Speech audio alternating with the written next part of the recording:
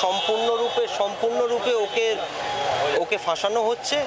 4 দিনে সিবিআই হেফাজতে আরজি করে টিএমসিপি নেতা আশিস পান্ডে। জুনিয়রদের থেকে কাটমানি নেওয়ার অভিযোগ তুলছে সিবিআই। হাউস ট্রাফিক থেকে টাকা তোলা হতো আদালতে দাবি করেছে সিবিআই। যথেষ্ট নথি রয়েছে, মোবাইল ফোন বাজেয়াপ্ত করা হয়েছে এই দাবি এজেন্সির। পিয়ালি মিত্র আমাদের প্রতিনিধি, এই নিয়ে বিস্তারিতভাবে জানাচ্ছেন। পিয়ালি, কি জানাচ্ছে সিবিআই এই আশিস পান্ডে সম্পর্কে? একেবারে দেখো, আজকে কিন্তু সিবিআই তরফ থেকে এই আশিস পান্ডেকে কাস্টাডিতে নেওয়ার জন্য যে সাবমিশন তারা দেয়, তার মধ্যে 4টে গুরুতর অভিযোগ এই আশিস পান্ডের বিরুদ্ধে তারা এনেছেন, যে অভিযোগগুলো আগেও কিন্তু ছাত্রদের তরফ থেকে তোলা হয়েছিল। প্রথম অভিযোগ যে আশিস পান্ডে তিনি এই সন্দীপ ঘোষের অত্যন্ত ঘনিষ্ঠ হওয়ার কারণেই এলিজিবল না হওয়া সত্ত্বেও আরজি কর হাসপাতালে 2023-24 সালে হাউস স্টাফ হিসাবে সিলেক্টেড হয়। দ্বিতীয় যে অভিযোগ আনা হয় যে আশিস পান্ডে বিভিন্ন সময় সিনিয়রদেরকে হুমকি দিতেন এবং দূরে ট্রান্সফার করে দেওয়ার হুমকি দিতেন। তৃতীয় অভিযোগ করা হচ্ছে যে আশিস পান্ডে জুনিয়রদেরকে হাউস স্টাফ হিসাবে চান্স পাইয়ে দেওয়ার জন্য তাদের কাছ থেকে টাকা দাবি করতেন, তাদের কাছ থেকে টাকা নিতেন এবং থ্রেট কালচারে তিনি একেবারে থ্রেট কালচার তিনি চালিয়ে যেতেন।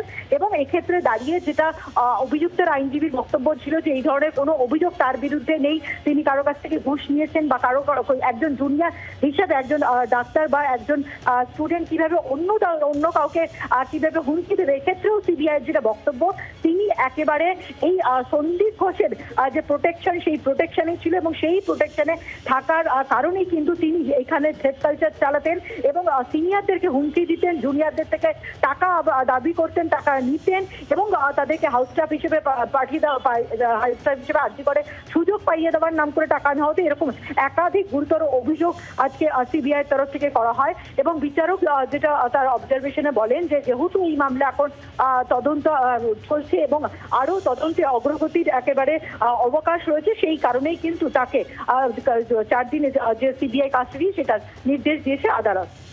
ধন্যবাদ। পিয়ালি মিত্র আমাদের প্রতিনিধির সঙ্গে ছিলেন, জানালেন সিবিআই তরফ থেকে নিজেদের হেফাজতে নেওয়ার জন্য ঠিক কি বলা হয়েছে, কি অভিযোগ করা হয়েছে এই আশিস পান্ডের বিরুদ্ধে। এবার আপনাদের শোনাবো আইনজীবীর তরফ থেকে কি বলা হচ্ছে।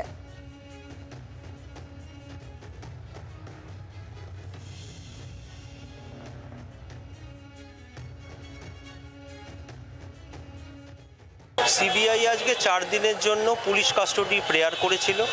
তারা বিভিন্ন অ্যালিগেশন দিয়েছে, সেই অ্যালিগেশনের উপর ভিত্তি করে 4 দিনের যে পিসি প্রেয়ার, সেইটার জায়গায় পুলিশ যে প্রেয়ার করেছিল, জজ সাহেব 4 দিনের জায়গায় 3 দিনের পুলিশ কাস্টডি অ্যালাউ করেছে।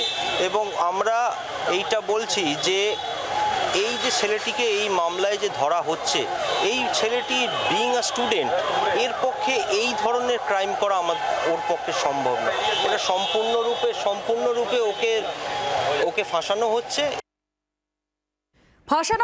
আশিস পান্ডের আইনজীবীর তরফ থেকে এই অভিযোগ তোলা হয়েছে। সিবিআই 4 দিনের হেফাজতের আরজি করে টিএমসিপি নেতা আশিস পান্ডের জন্য জানায়। জুনিয়রদের থেকে কাটমানি নেওয়ার অভিযোগ সিবিআই জানিয়েছে, এই অভিযোগ তুলেছে। হাউস স্টাফের থেকেও টাকা তুলতো আশিস পান্ডে, এমনই অভিযোগ রয়েছে।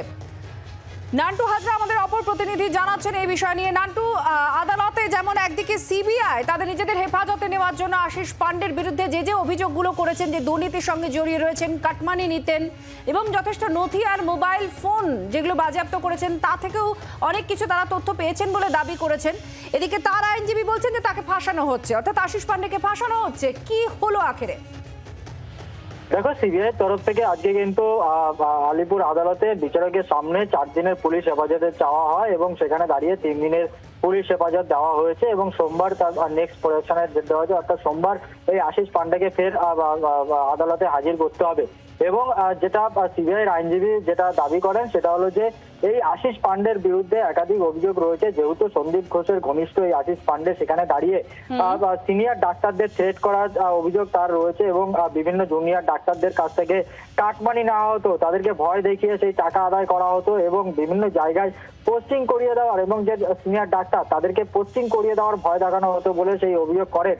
এবং বিভিন্ন ক্ষেত্রে এই যে টাকার লেনদেন তার নথিও কিন্তু সিবিআই হাতে পেয়েছে এবং তার মোবাইল ইতিমধ্যেই সিজ করা হয়েছে। সেই মোবাইল ধরে খতিয়ে দেখা হবে। সেই কারণে অর্থাৎ একটি বড় ষড়যন্ত্র রয়েছে এই আর্থিক দুর্নীতিতে আরজি কর হাসপাতালে, সেখানে দাঁড়িয়ে এই আশিস পান্ডের সাথে আর কারা রয়েছে এই সমস্ত বিষয় খতিয়ে দেখার জন্য সিবিআই হেফাজত চাওয়া হয়েছে এবং সেই মতো 3 দিনের হেফাজত কিন্তু দিয়েছে। অন্যদিকে আসামির পক্ষে যিনি আইনজীবী ছিলেন তার বক্তব্য হলো একজন জুনিয়র ছেলে সে সিনিয়র ডাক্তারদের কিভাবে ভয় দেখালো, কিভাবে দমিয়ে রাখলো। অভিযোগ কি করছে যে ফাঁসানো হয়েছে তার ক্লায়েন্টকে। অনেক ধন্যবাদ।